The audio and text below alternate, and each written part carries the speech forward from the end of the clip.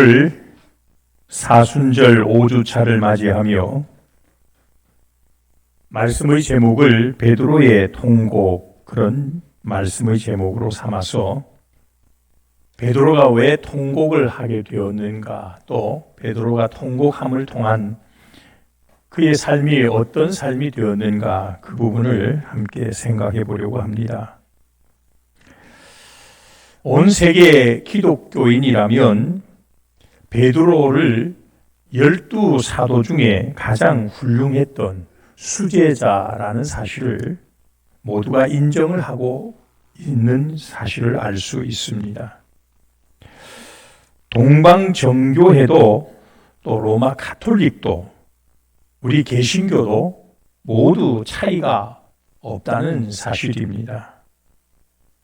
그 가운데 아마 로마 가톨릭이 가장 베드로를 존경하는 듯 보입니다. 바티칸 대성당의 이름을 그래서 베드로 대성당이라 그렇게 부르기도 합니다. 베드로 성당으로 불려지는 그 성당 입구에 가면 베드로의 동상이 세워져 있다고 합니다. 베드로의 손에는 천국 열쇠가 쥐어져 있고 그 동상이 아래쪽을 이렇게 지그시 내려보도록 그렇게 만들어져 있답니다. 그것은 베드로가 성당을 찾아오는 수많은 사람들을 보고 있다, 그걸 뜻하여 그렇게 했다는 것입니다. 가톨릭 교회는 그 조직이 1인 감독제라고 우리는 부릅니다. 그러니까 전 세계에 흩어져 있는 모든 가톨릭 교회는 그 최고의 감독 명령을 절대 순종하는 그런 교회 제도를 가지고 있다는 것입니다. 그 절대 명령자가 누구냐 하면 바로 교황이라는 것입니다. 가톨릭에서는 제1대 교황을 베드로라고 주장하기도 합니다. 여러분, 그런 점에 있어서 가톨릭은 베드로를 굉장히 높이 보고 있다는 것입니다. 우리는 성경을 통해 베드로가 어떤 사람인가를 몇 가지 생각을 해볼 수 있습니다. 베드로의 이름은 세 가지로 나오고 있습니다. 우리가 늘 부르는 베드로라고 하지만 그의 본래의 이름은 시몬이지 않습니까? 그래서 이걸 붙여서 시몬 베드로라고 부르기도 합니다.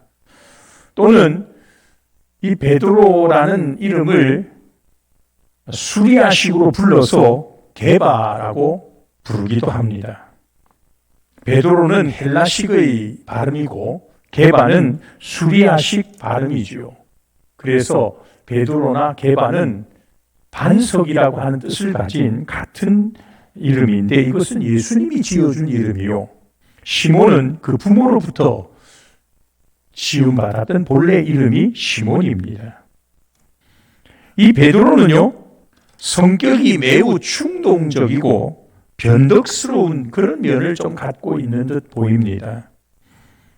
흥분도 아주 잘하는 그런 사람으로 성경은 묘사하고 있습니다. 예수님께서 풍랑이는 바다 위로 걸어오는 것을 보고는 제일 먼저 외쳤던 사람이 베드로입니다. 만일 주시거든 나도 무리를 걷게 하소서, 그렇게 외쳤다가 이리로 오라 하니까 그냥 앞뒤 가리지 않고 바다로 뛰어내려서 정말 바다 위에 물 위를 걸었던 그런 사람이 베드로라는 것 아닙니까? 베드로는요, 항상 대답도 좀 빨리 하는 그런 사람입니다. 예수님이 가이사랴 빌립보로 가다가 제자들에게 묻습니다. 사람들이 나를 누구라 하느냐? 때로는 선지자, 엘리야, 여러 다양한 이름으로 예수님을 부릅니다. 그러니까 예수님이 제자들에게 그럼 너희는 나를 누구라고 하느냐라고 물으니까 베드로가 선뜻 나서서 대답하지요. 주는 그리스도시요 살아계신 하나님의 아들이십니다. 여러분, 이렇게 베드로는요, 항상 모든 일에 선두에 서서 앞장서는 그런 모습이라는 겁니다. 그러다 보니까 베드로가 수제자가 되지 않았나 그런 생각을 해봅니다. 사복음서에 12제자의 이름을 거명할 때마다 언제나 베드로는 항상 제일 첫 번째로 그 이름이 기록되어 있습니다. 가룟 유다는 제일 끝에 기록을 하는 것이 사복음서에 나타나는 특징이라 할 수 있습니다. 그런 여러 가지 정황으로 봐서 베드로는 수제자가 분명하다라고 생각이 됩니다. 마태복음 20장에 보면 예수님의 이모였던 살로메가 자기의 두 아들 야고보와 요한을 데리고 예수님 앞에 와서 간청하는 내용이 나옵니다. 살로메는 예수님과 이모 관계입니다. 그 어머니 마리아의 동생쯤 된다라고 할 수 있습니다. 이 살로메는 예수님을 위하여 제일 많이 헌신한 사람이기도 합니다. 많은 재물도 선뜻 내어놓았던 사람이요. 예수님과는 어떻게 보면 친척 관계라고 할 수 있습니다. 그래서 그런지 살로메가 예수님께 자기 두 아들, 예수님이 12제자 중에 있던 야고보와 요한을 부탁하는 내용이 나오죠. 마태복음 20장 21절에 보면 이렇게 기록되어 있습니다. 나의 이 두 아들을 주의 나라에서 하나는 주의 우편에 하나는 주의 좌편에 앉게 명하소서. 여러분, 살로메가 왜 예수님께 이런 부탁을 했는 줄 아십니까? 그거는요, 베드로를 견제하기 위한 목적이 있는 것이 분명합니다. 살로메가 보니까 예수님이 항상 베드로를 챙기는 것처럼 보이는 거예요. 그래서 12제자 중에 항상 예수님 제일 가까이에 예수님을 수행하는 자가 베드로처럼 보인다는 거예요. 앞에도 말했던 것처럼 너희는 나를 누구라 하느냐 하니까 베드로가 선뜻 나서서 주는 그리스도시요 살아계신 하나님의 아들이십니다 라고 신앙을 고백을 하자 예수님이 굉장히 기뻐하시지 않습니까? 뿐만 아니라 그렇게 대답했던 베드로에게 천국 열쇠를 내게 주겠다라고 약속을 하는 내용도 나옵니다. 뿐만 아니라 네가 땅에서 매면 하늘에서도 매이고 땅에서 풀면 하늘에서도 풀리리라 하면서 베드로를 칭찬하고 약속하는 말씀을 주신 것입니다. 여러분, 이것은 어떻게 보면 예수님께서 영적 권위를 베드로에게 주겠다라고 하는 약속의 말씀이기도 합니다. 베드로의 장모가 열병에 걸렸을 때에는 그 소식을 들었을 때 예수님이 직접 신방까지 가시고 그 베드로의 장모를 만져 치료시켜 그 자리에서 일어나게 해 주셨던 내용도 나옵니다. 여러분, 이런 여러 가지 면모를 보면 예수님이 베드로를 제일 훌륭한 리더로 삼으신 것이 맞지 않겠는가? 살로메가 그렇게 생각을 했다는 거예요. 여러분, 예수님의 12제자 중에요, 형제가 두 형제들이 있습니다. 베드로의 형제가 안드레이고요. 또 야고보와 요한이 살로메의 아들로 형제가 아닙니다. 어떻게 보니까 12제자 중에 둘씩 이렇게 형제가 있다 보니까 아마 그 12명 안에도 은연중에 계파가 생기지 않았을까. 이런 약간의 서로 견제와 계파 의식이 좀 생겨난 듯 보입니다. 예수님도 이런 계파 간의 갈등을 조금 이해하셨던지 중요한 일을 하실 때에는 이 두 계파를 잘 아울러서 함께 사용하는 것을 볼 수 있습니다. 변화산상에 예수님이 오르실 때 오직 3명의 제사만 데리고 가는데 베드로하고 요한, 야고보를 데리고 갔거든요. 회당장 야이로의 딸이 죽었을 때 그것을 살리러 갈 때에도 예수님은 베드로, 야고보, 요한 이렇게 데리고 갔습니다. 당시 회당장은 유대 사회에 큰 권세를 있는 사람이지 않습니까? 그 집에 들어가서 죽어있는 딸을 살린다는 것, 그건 굉장히 사회적으로 영향력을 끼칠 수 있는 큰 일이 아니겠습니까? 그럴 때 중요한 이 일을 위하여 베드로와 야고보, 요한을 데리고 갔다는 거예요. 겟세마네 동산에서 예수님이 마지막으로 십자가를 지기 앞서서 기도하실 때에도 그 고통스러운 그 기도 때문에 예수님은 가장 가까운 곳에 3명의 제자를 가까이에 두고 기도하시면서 너희도 깨어서 나와 함께 기도해달라라고 부탁하는 내용이 나오죠. 그때도 베드로와 야고보와 요한이 제일 예수님 가까이에 있었다는 것입니다. 어떤 의미에서는 다른 제자들의 질투가 날 만큼 예수님은 베드로를 특별히 챙기고 있었다는 것을 우리는 알 수 있습니다. 그래서 그런지 살로메는 이 베드로를 견제하려고 자기 2 아들을 앞장세워 좀 예수님 이 아들들을 예수님 오른팔 삼아주시고 왼팔 삼아주십시오라고 부탁을 했다는 것입니다. 이렇게 불필요한 신경전을 벌이게 되자 예수님은 그것을 아시고는 마태복음 20장 25절부터 27절에 이렇게 말씀하십니다. 예수께서 제자들을 불러다가 이르시되 이방인의 집권자들이 그들을 임의로 주관하고 그 고관들이 그들에게 권세를 부리는 줄을 너희가 알거니와 너희 중에는 그렇지 않아야 하나니 너희 중에 누구든지 크고자 하는 자는 너희를 섬기는 자가 되고 너희 중에 누구든지 으뜸이 되고자 하는 자는 너희의 종이 되어야 하리라. 유명하신 섬김의 본을 말씀하신 내용이 여기에 나오고 있습니다. 여러분, 지금 제가 베드로가 어떤 인물인가, 베드로가 얼마나 예수님에게 중요한 역할을 했던 사람인가를 말씀드리고 있는 것입니다. 이제 2번째로 이런 베드로가 절대로 해서는 안 되는 배신자의 자리에 떨어지고 말았다는 사실입니다. 그것이 베드로가 통곡을 하게 된 원인이 되기도 하였습니다. 여러분, 베드로는 항상 12 제자들 가운데 훌륭한 위치를 지켜온 것이 분명합니다.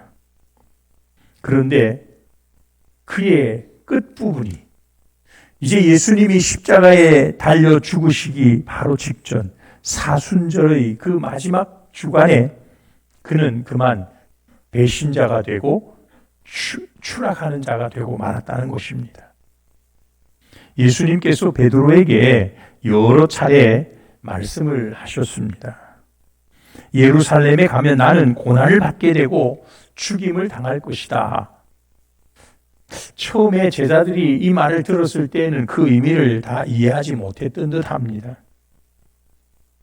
예수님의 진심을 파악하지 못하고 있던 베드로가 정말로 예수님이 십자가 사건이 닥쳐오게 되니까 준비가 안 된 모습으로 도망치기도 하고 배반하기도 하고 이런 모습이 제자들에게 나타나더라는 것입니다. 예수님께서 최후의 만찬 속상에서 말씀하신 내용이 마태복음 26장에 나옵니다. 마태복음 26장 31절에 보면 그때에 예수께서 제자들에게 이르시되 오늘 밤에 너희가 다 나를 버리리라. 기록된 바 내가 목자를 치리니 양의 떼가 흩어지리라 하였느니라. 33절 내려가 보면, 마태복음 26장 33절에 내려가서 보면, 베드로가 대답하여 이르되 모두 주를 버릴지라도 나는 결코 버리지 않겠나이다. 그렇게 큰 소리를 치게 됩니다. 그러자 34절에 예수께서 이르시되 내가 진실로 네게 이르노니 오늘 밤 닭 울기 전에 네가 3번 나를 부인하리라. 그러니까요, 35절에 베드로가 그렇게 또 말합니다. 베드로가 이르되 내가 주와 함께 죽을지언정 주를 부인하지 않겠나이다 하고 모든 제자도 그와 같이 말하니라. 여러분, 베드로는 수제자답게 큰 소리를 쳤다는 거예요. 오늘 밤 닭 울기 전에 내가 3번 나를 부인하리라. 그랬더니 베드로가 뭐라고 해요? 내가 주와 함께 죽을지언정 나는 주를 부인하지 않겠습니다. 큰 소리 쳤다는 거예요. 어떻게 보면 베드로는요, 그 마지막 순간에 오히려 정말 영적 권위를 드러낼 수 있는 최고의 기회가 바로 그때이라고 생각이 됩니다. 그런데 막상 성경을 보면 이렇게 예수님이 십자가를 지고 주님이 이 땅에 오신 그 거룩한 사명을 마지막 완수해가는 그 순간에, 요즘으로 말하면 이 사순절의 기간에 베드로는 가장 비겁한 자로 전락하고 말았다는 것입니다. 지금까지는 예수님을 위하여 앞장서서 전면에 나서던 베드로였는데 그가 자기 자신을 감추기에 전전긍긍하고 말았다는 것입니다. 여러분, 예수님이요, 많은 병자들을 치료하시는 그런 모습이 성경에 나오지 않습니까? 현대 21세기의 이 과학적 의학으로도 도저히 고칠 수 없는 질병들을 예수님은 현장에서 치료를 하는 기적들을 행하셨던 분이십니다. 그러자 사람들이 그 소문을 듣고 엄청난 사람들이 예수님께 몰려들었습니다. 여러분, 그때 몰려든 사람들 앞에서 교통 정리를 했던 사람들이 누구일까요? 그들이 예수님의 12제자들이었습니다. 아마 사람들이 구름대처럼 몰려오니까 예수님을 서로 먼저 만나겠다고 아우성을 치니까 제자들이 나서서 교통 정리를 하는 겁니다. 자, 질서 지키세요, 여러분. 이번에는 당신 차례입니다. 아마 요즘 같으면 표를 주고 막 그랬을는지 모르지만 제자들이 교통 정리를 했을 거예요. 여러분, 예수님이 굉장히 많은 사람을 만나야 하기 때문에 한꺼번에 달려들면 엉망진창이 되지 않겠습니까? 그래서 제자들이 나서서 교통 정리를 한 거예요. 그렇게 교통 정리를 할 때 제자들이 얼마나 어깨에 힘이 들어갔을까요? 많은 사람들이 아마 제자들에게 부탁을 했을 겁니다. 아, 제가 꼭 예수님 만나야 되니까 저를 좀 만나게 해주세요. 그때 어깨에 힘주고 큰 소리 치면서 했던 사람들이 예수님의 제자들이었습니다. 여러분, 이제 다음 주가 되면 종려주일이죠. 예수님이 십자가를 지시기 위하여 마지막 예루살렘으로 입성하는 그 내용이 다음 주간이거든요. 그때부터 우리는 한 주간을 고난주간이라고 부릅니다. 예수님이 예루살렘으로 입성할 때 수많은 시민들이 나와서 손에 종려나무 가지를 흔들면서 호산나 찬송하리로다, 다윗의 이름으로 오시는 왕이여 하면서 사람들이 아우성치면서 환영하는 그 광경이 성경에 기록되어 있습니다.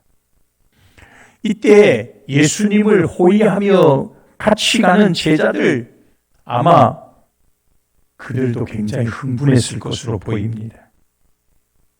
당장 무슨 일이 일어날 것처럼 보였을는지 모릅니다.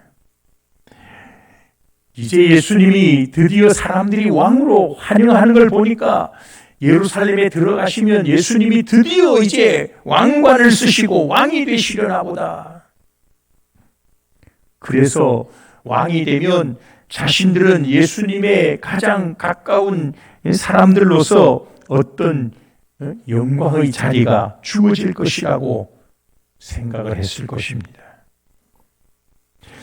무슨 말이냐면요, 예수님의 제자들이 예수님 때문에 사람들에게 주목을 받고 사람들에게 무슨 자기 영광이 막 올라가고 있을 때는 예수님을 엄청나게 가까이에 따르려고 했습니다. 서로 먼저 예수님 더 가까이에서 자기가 마치 예수님의 가장 중요한 제자인 척 그렇게 굴었던 제자들이 아닙니까?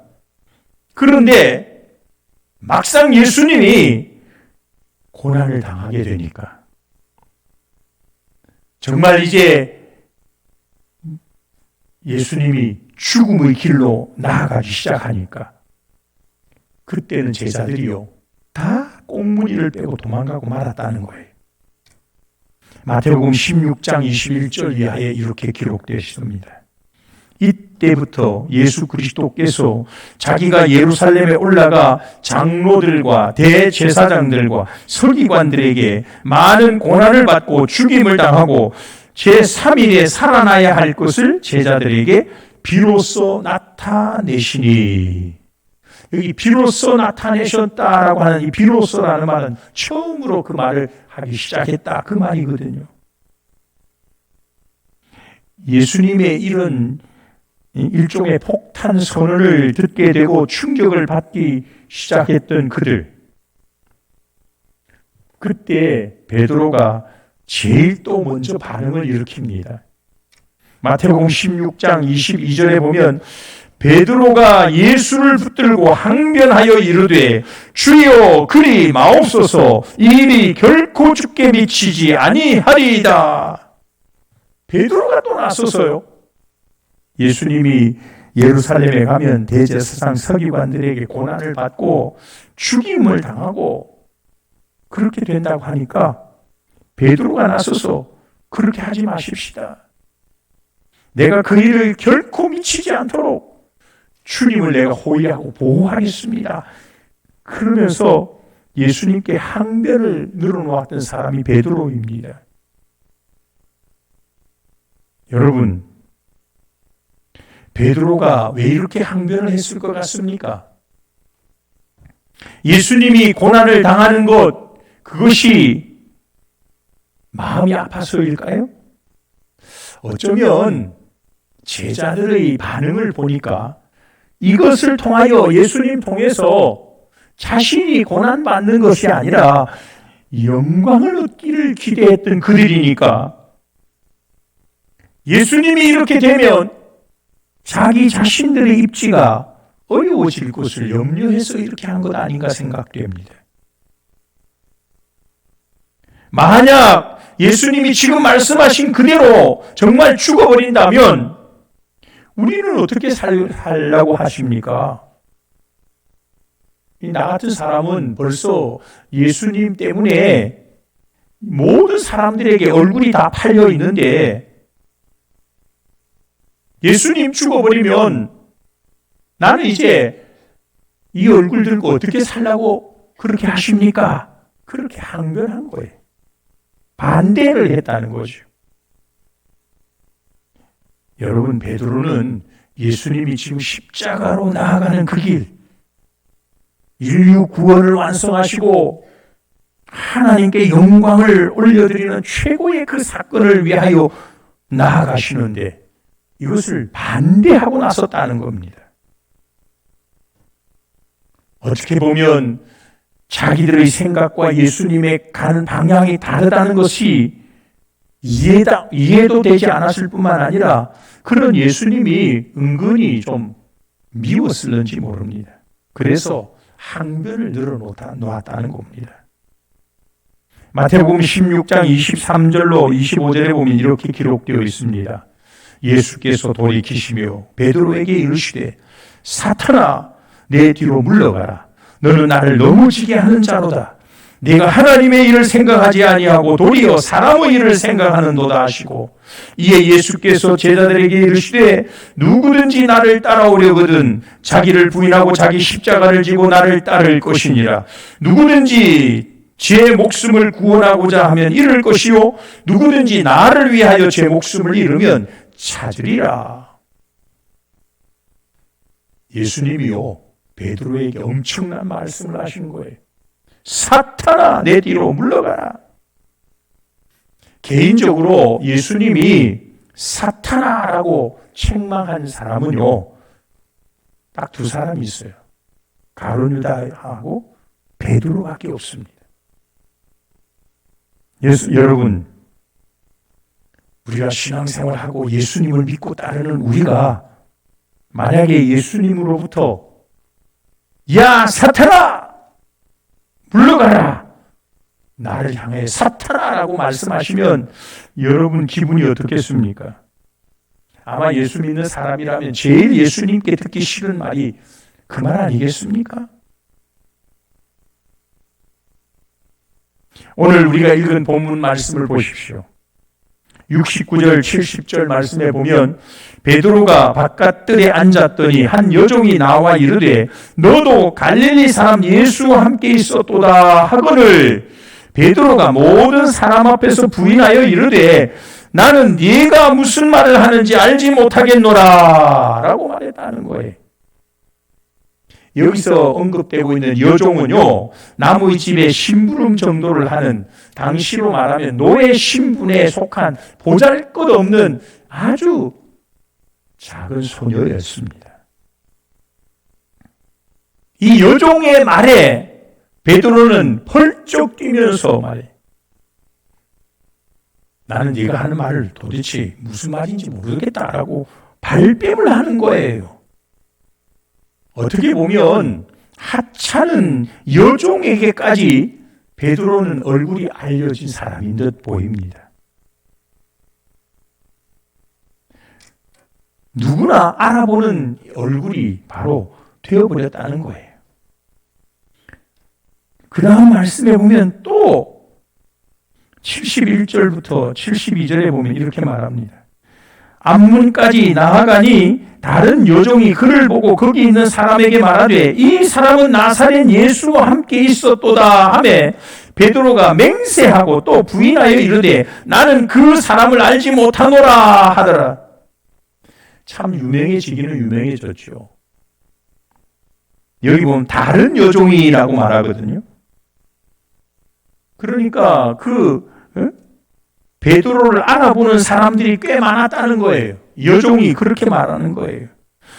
내가 당신이 이 예수와 함께 있었던 걸 내가 보았다라고 말하는 거예요. 그만큼 베드로는요 얼굴이 알려진 사람이라 그렇게 말할 수 있죠. 그런데 여러분, 베드로가 그렇게 유명 인사처럼 얼굴이 알려진 것은 왜 그렇게 알려졌습니까? 예수님의 영광스러운 사역의 표면에 늘 함께 했기 때문에 나타났던 현상 아니겠습니까? 그랬던 베드로가 그때는 자랑스러워하고 그때는 굉장히 어깨에 힘을 주고 살았던 그 베드로가 오늘 본문 말씀에 보면 예수님이 지금 신문을 당하고 고문을 당하고 위기를 당하니까 예수님을 절대 모른다라고 부인을 하고 있는 것 아닙니까? 얼마나 당황했으면 74절에는요 그렇게 기록됩니다. 그가 저주하며 맹세하여 이르되 나는 그 사람을 알지 못하노라 하였더니 곧 닭이 울더라. 여러분, 베드로가 세 번째 주님을 모른다고 부인할 때는요 저주하고 맹세까지 했다는 거예요. 예수님을 저주했다는 말이에요. 아니, 내가 예수 저 사람하고 상관이 있으면 나는 당장 지옥에 가도 괜찮아 라고 외친 거예요. 여러분, 이런 모습이 베드로의 모습입니다. 베드로만 그럴까요? 오늘 저와 여러분은 어떻습니까? 예수님 때문에 영광을 받을 때에는 그것이 너무 자랑스러워서 서로 누가 높아지느냐, 누가 예수님의 오른팔 왼팔이 되느냐라고 싸우며 다투기까지 하던 그들이 위기를 당하니까, 예수님 때문에 어려움을 당하기 시작하니까 모른다고 거부를 하는 거예요. 저주하는 거예요. 맹세까지 하는 거예요. 오늘 우리는 사순절을 지내고 있습니다. 이 사순절 기간 우리는 혹시 베드로처럼 주님을 모르는 척하고 있지는 않습니까? 주님과 상관없는 삶을 지금 살고 있지는 않습니까? 예수님은 베드로가 그렇게 하실 것을 미리 아시고 경고하여 주시지 않았습니까? 오늘 밤 닭이 울기 전에 네가 3번 나를 부인하리라. 여러분, 베드로가 3번째 주님을 모른다고 부인하자 닭이 울었다는 거예요. 그 닭의 울음소리를 듣는 순간 베드로는 예수님이 하셨던 말씀이 생각났다는 거예요. 그래서 베드로는 통곡할 수밖에 없는 사순절을 맞이했던 것입니다. 여러분, 하나님은요, 때로 닭의 울음소리를 통해서도 잠자고 있던 베드로의 영혼을 깨우시기도 함을 기억하시기 바랍니다. 사랑하는 성도 여러분, 오늘 본문의 베드로는 비록 실패자가 되었음이 분명합니다. 하지만 베드로와 가룟 유다가 다른 점이 있습니다. 베드로는요, 닭의 울음소리를 듣자마자 그는 밖에 나가서 성경에 보면 심히 통곡하니라 그랬습니다. 그냥 슬쩍슬쩍 눈물 훔치는 정도가 아니라 그냥 통곡을 하는데 심히 통곡했다는 거예요. 바닥을 치면서 땅을 땡굴땡굴 구르면서 주님 앞에 회개의 눈물을 쏟아냈다, 그 말입니다. 이렇게 베드로가 통곡하였기 때문에 베드로는 다시금 회복의 은혜를 입었습니다. 하지만 가룟 유다는 끝까지 회개하지 못했습니다. 자기의 잘못을 깨닫는 것은 똑같았지만 가룟 유다는 마음이 너무나 아프고 상해서 자리를 뛰쳐나가 목을 메어 죽고 만 것입니다. 여러분, 우리가 죄를 해결하는 방법은요, 하나님 앞에 회개하는 것밖에 없어요. 회개하면 용서받고 회복되지만 회개하지 못하면 영원한 멸망을 당할 수밖에 없다는 것입니다. 만약에 가룟 유다도 십자가 사건이 진행되는 동안 그런 잘못을 저질렀다 할지라도 진정으로 베드로처럼 울며 통곡하고 회개하였다면 주님은 틀림없이 베드로를 용사심처럼 용서해 주셨을 것이 확실합니다. 아무리 악한 자라 할지라도 회개하는 사람에게는요, 하나님의 은총이 임하는 거예요. 십자가에 달려 같이 죽어가던 오른편 강도를 보십시오. 그는 죽어가면서 예수님께 회개하며 자신의 영혼을 의뢰하지 않았습니까? 그때 주님은 그를 향하여 오늘 밤에 네가 나와 함께 낙원에 있으리라 약속하시고 그의 그 잘못과 죄를 용서해 주셨다는 사실입니다.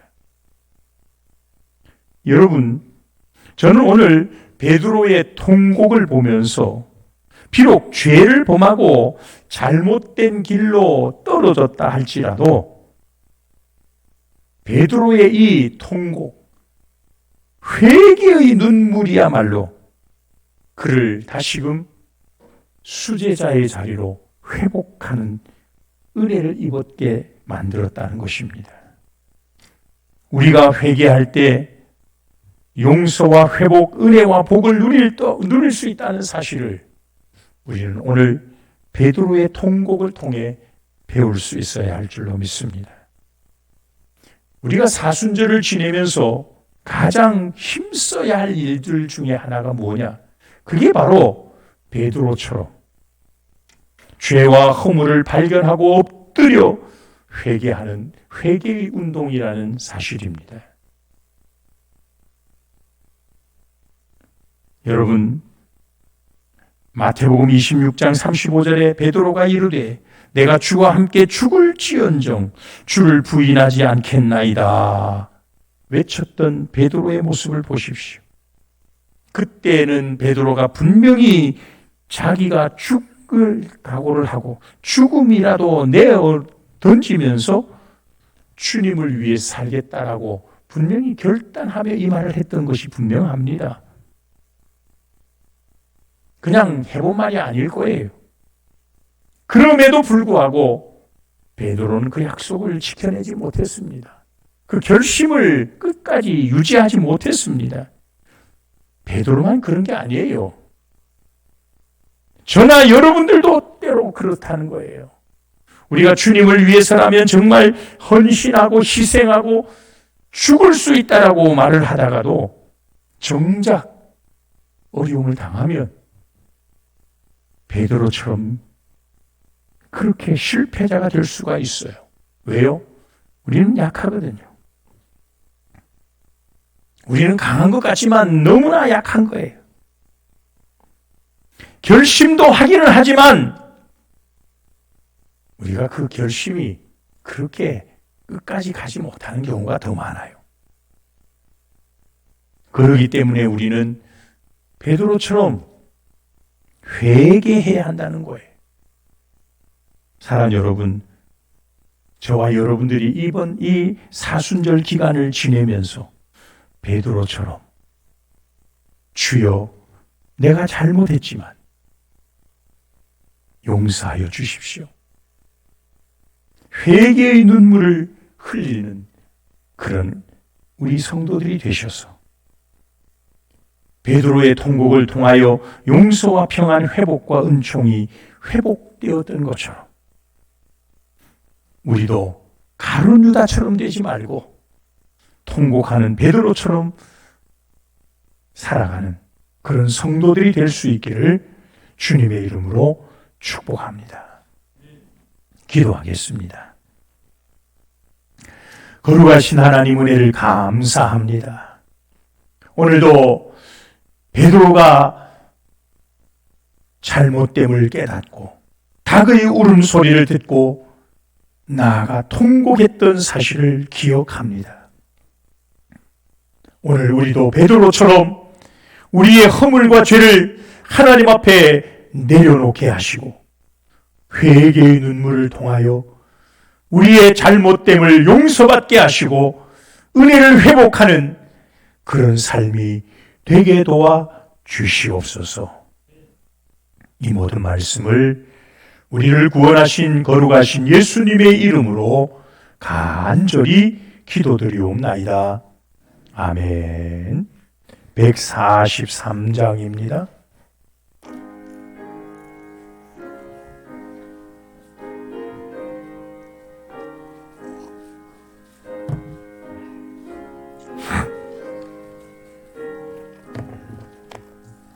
웬 말인가 날 위하여 주 돌아가셨나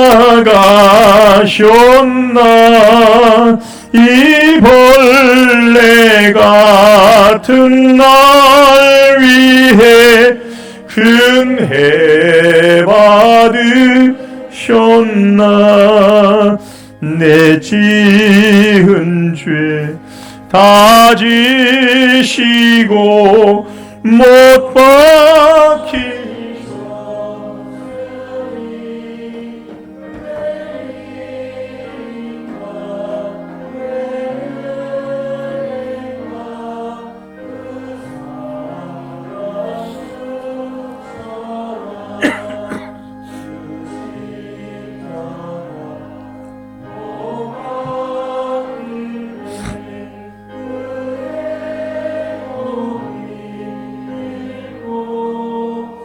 그 밝은 빛 가리워서 캄캄케 되었네 나 십자가 대할 때에 그 일이 고마워 내 얼굴 감히 못 들고 눈물 흘리도다 늘 울어도 눈물로서 못 갚을 줄 알아 몸 밖에 드릴 것 없어 이 몸 바칩니다.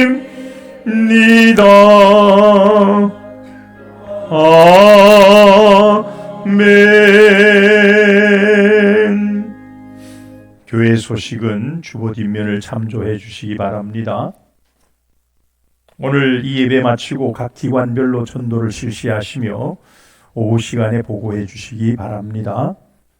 다음 주일은 춘계 성례주일로 지키게 됩니다. 한 주간 동안 기도로 준비하시기 바랍니다. 학습 세례 문답자들은 23일 토요일 오후 5시에 교회에 오셔서 문답에 참여하시기 바랍니다. 신청서는 행정실에서 준비하시면 되겠습니다. 문답 당회 모임이 23일 토요일 오후 5시 당회실에서 있습니다. 그리고 다음 주일 오후 예배는 우리 교회 권사회 헌신 예배가 준비되어 있습니다. 권사회는 준비 바랍니다. 초등부에서는 보드게임방을 이번 주 토요일 오후 2시에서 4시 사이에 우리 초등부실에서 가지게 됩니다. 로비 거울에 있는 게시물을 좀 참조하시면 되겠고요. 참석 대상은 유초등부, 중고등부, 청년부까지 참석할 수 있다고 합니다. 간식 뷔페를 운영해서 풍성한 간식까지 나눈다고 하니까 관심 있는 분들의 참여가 있기를 바랍니다.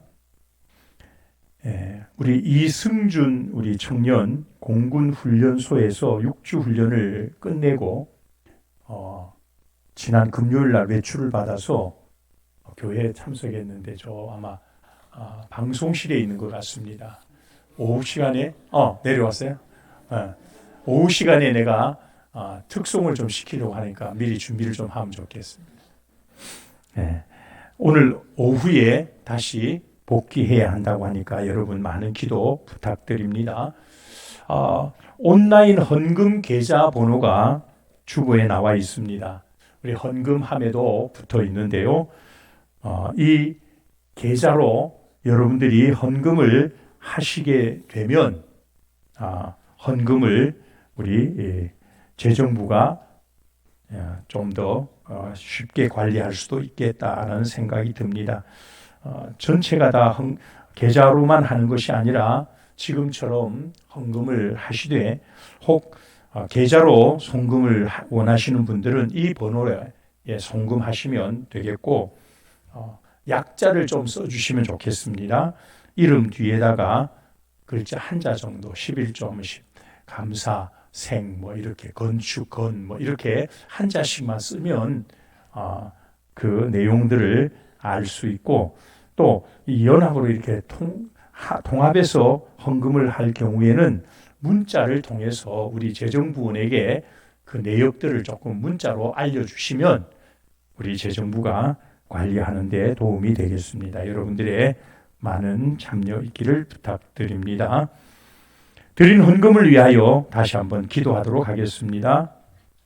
거룩하신 우리 하나님 은혜를 감사합니다. 오늘도 우리를 사랑하시고 이렇게 함께 예배하게 하심을 감사합니다. 사순절 기간 주님 앞에 베드로의 통곡처럼 우리도 회개의 눈물을 흘릴 수 있는 그런 삶이 되게 하여 주옵소서. 성도들이 예물을 드립니다. 정성과 사랑과 마음을 바쳐 드립니다. 이 예물들 받으시고 하늘의 문을 열어 축복으로 갚아 주시옵소서. 주를 위하여 헌신하며 섬기는 모든 손길들, 입술의 찬양까지 하나님의 위로와 평강 축복으로 함께하여 주옵소서. 믿사옵고 이 모든 말씀을 우리를 구원하신 거룩하신 예수님의 이름으로 간절히 축복하며 기도하옵나이다. 아멘. 다 자리에 일어나서 6장을 부르고 축도로 마칩니다.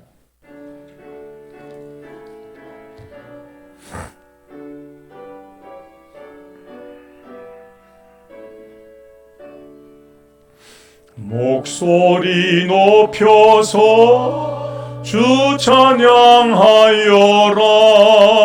영광과 권세와 존귀와 위엄을 온누리 다스리시는 만왕의 왕께 돌려라.